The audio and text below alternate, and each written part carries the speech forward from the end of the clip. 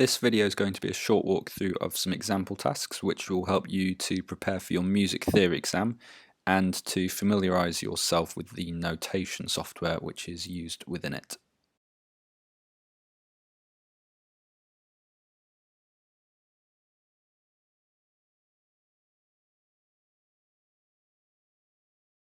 So the first example task at grade 3 is to write an ascending scale or arpeggio which uses accidentals, and then to try this descending and using a key signature instead of accidentals.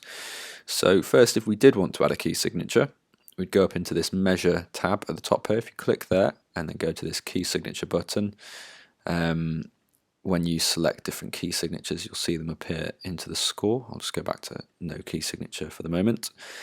Now, if we wanted to add some notes into the score, we go over to the Note tab and click on the note value that we want to enter. So if we click on eighth notes, quarter notes, half notes, etc. Let's go for quarter notes for the moment. And then if you hover over the score, you'll see the different pitches appear, and then you can click the notes in like that. So I'll just go ahead and fill those out. Now if you want to remove this extra bar at the end, you can go up to the Measure tab and click the minus button just here, and you'll see that bar remove. Likewise, if you want to remove any individual notes, you can click on them and then go up to this cross button up here. If you click that, you'll see it remove and convert into a rest of the same value. Now if you want to add any accidentals, again you click on the note that you want to add the accidental to. So let's click on this one, and then if we go up to the Note tab, you can see the different accidentals here. If we add a flat, and then if you keep on clicking through, it will cycle through options until there's no accidental there.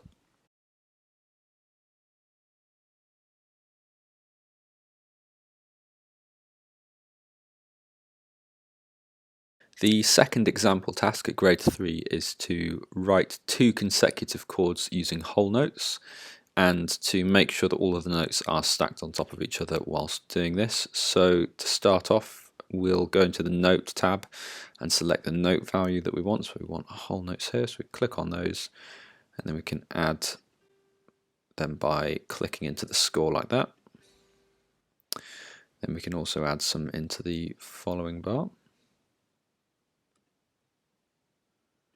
again by clicking them in. And if we want to remove an extra bar here, then we can go up to the Measure tab and click the minus button again, and you'll see that remove. Likewise, if you want to remove any individual notes, you can click on the note that you want to remove and go up to the cross button just up here. That will remove. And if you want to add accidentals to any, then you can go up to the Note tab and click on accidentals that you want to add.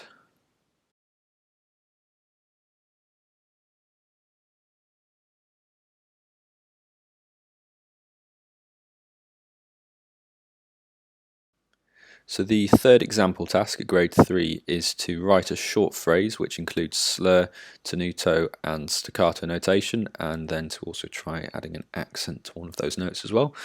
So to first add the notes in, we'll make sure we're in the Note tab. We've selected the note value we want, so let's go for eighth notes here. We can add some in by clicking them in. And then for adding those articulations, we'll click on the note that we want to add the articulation to, so let's go for that one there. And then if we go to the Articulation tab at the top here, we'll click on that. And if we wanted to add an accent, for example, we could click the accent button there, click it again, and the accent will go away. If we wanted to add tenuto, same there, and same for the staccato dot. You'll see that appear in the score when you click it and go away when you click it again. If you want to add a slur, you can go to this button here. If you click on that, you'll see the slur line appear. Now you can drag the length of this out if you want to. I'll leave it there for now. And then if you want to remove it, you can click on it again and click the slur button and it will remove.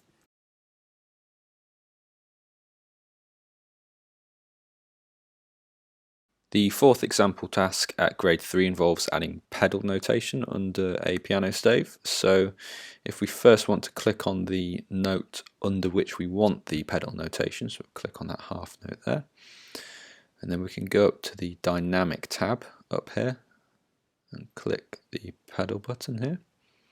Once we've done that, we can, if we click and hold here, we can drag it out to the length that we want, and then likewise if we wanted to add some here, we could click on that button there, click the pedal button again, and then drag it to the correct length again.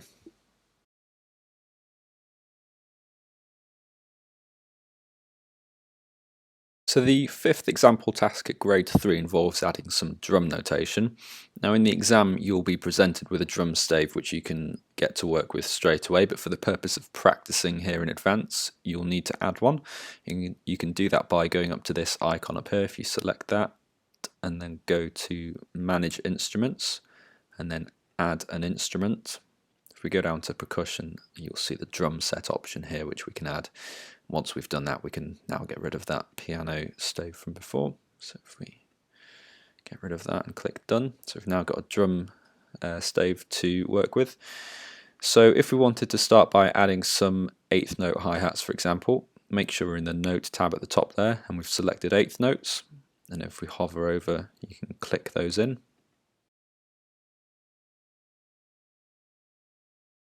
And now if we wanted to add some bass drum and snare notes, we'd want to go up to this button here and select voice 2. So that will now give us access to the lower voice within the drum stave. So if we wanted to add a quarter note bass drum note there, click on it, make sure we've got quarter notes selected, and then we can hover over and click those notes in. We do the same for snare. And now if we wanted to, for example, change one of those hi-hats back to a crotchet or delete it, we'd have to go back up to voice 1 up here, which gives us access again to those hi-hats.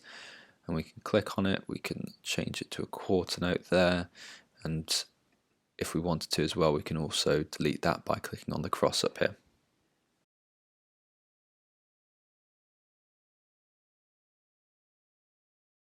The sixth example question at grade 3 involves adding a dynamic marking to a bar of music followed by a crescendo or diminuendo. So if we want to do that, we'll first click on the note under which we want the dynamic marking to appear, so we'll click on that first note in the bar there.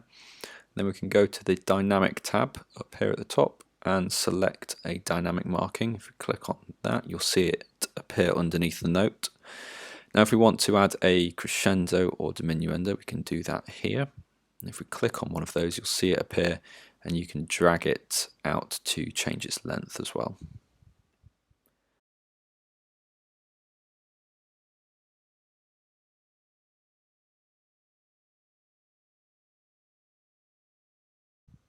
So the last example task for grade 3 involves writing a short phrase with a pitched instrument using 8th notes, 8th note rests, quarter notes and quarter note rests. So to start off with that, we'll make sure that we're using the note tab at the top and that we've selected the value that we want to input. So let's go for 8th notes and add some of those in.